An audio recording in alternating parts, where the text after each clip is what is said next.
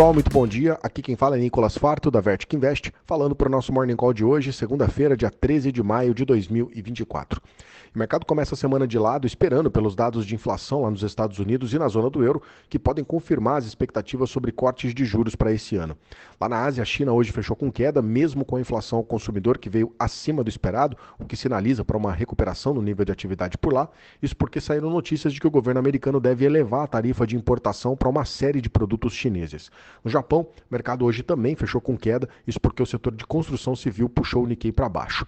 Lá na Europa, as bolsas estão operando sem grandes movimentações, com os investidores aguardando pelos dados de produção industrial e também de inflação na zona do euro que saem nessa semana. Indo para os Estados Unidos, lá a semana passada fechou positiva, com o Dow Jones subindo 2,16%, S&P acumulou alta de 1,85% e o Nasdaq teve uma alta semanal de 1,14%. A agenda ficou mais vazia, com destaque para as falas de alguns diretores regionais do Banco Central americano que seguiram em linha com um tom mais cauteloso sobre quedas de juros. O indicador que acabou ajudando a animar a semana foram os pedidos de seguro-desemprego semanal, que vieram acima do esperado, dando um alívio na curva de juros, com o mercado precificando um espaço para cortes de juros já na reunião de setembro.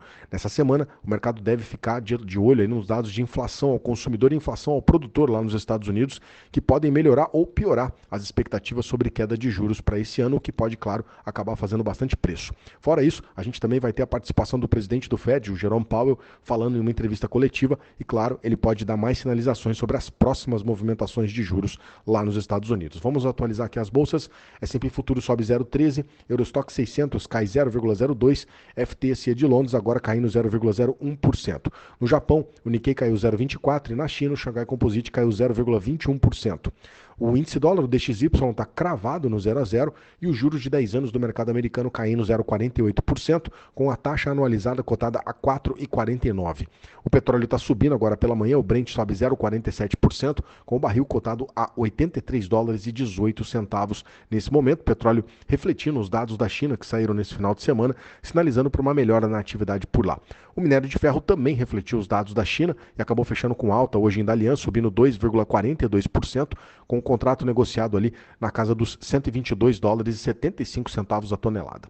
No universo cripto, Bitcoin acumula uma alta de mais de 2% nas últimas 24 horas, com a principal criptomoeda agora negociada na casa de $62.600. Por aqui, o Ibovespa caiu na semana 0,71%, fechou nos 127.599 pontos. O dólar, por outro lado, acumulou uma alta de 1,6% na semana, com a moeda americana fechando aos R$ 5,16 na sexta-feira.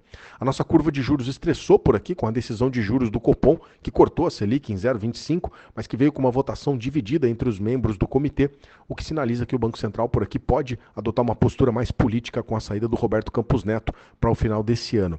Outro ponto de atenção foi o IPCA de abril, que saiu na sexta-feira, que veio com uma alta de 0,38, enquanto o mercado tinha uma expectativa de alta menor de 0,35, o que também liga o alerta para a pressão inflacionária e pode dificultar a vida do Banco Central nas próximas decisões de juros. Nas ações, destaque para alta de mais de 14% para a Redditor, que além de ter reportado um bom balanço nesse primeiro trimestre, também anunciou uma parceria com a Atlântica Hospitais para novos empreendimentos. A BR Foods também ficou com um destaque de alta, papel aqui subindo mais de 9% na semana, refletindo o balanço do primeiro trimestre. Do lado negativo, a Braskem foi quem mais caiu, acumulou uma queda de quase 17% na semana, isso porque o fundo de Abu Dhabi, o fundo ADNOC, desistiu da compra da empresa. Para essa semana, o mercado deve ficar de olho na nossa ata dessa última reunião do Copom, que deve revelar para a gente os argumentos dos membros do comitê que defenderam um corte mais agressivo na taxa Selic.